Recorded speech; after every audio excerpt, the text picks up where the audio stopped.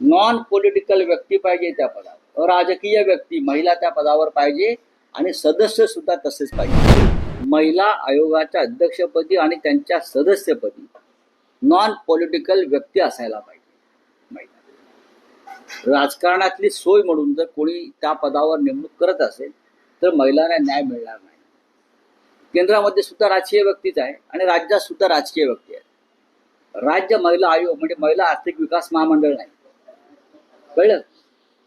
हे एक घटनात्मक पद आहे आणि त्याच्यामुळे या राज्यातल्या देशातल्या महिलांच्या अत्याचारांना अन्यायाला वाचा फुटते.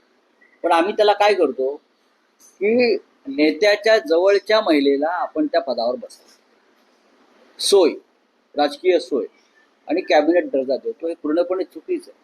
नॉन पॉलिटिकल व्यक्ती पाहिजे त्या पदावर, अराजकीय व्यक्ती महिला त्या पदावर पाहिजे आणि सदस्य सुद्धा तसेच पाहिजे.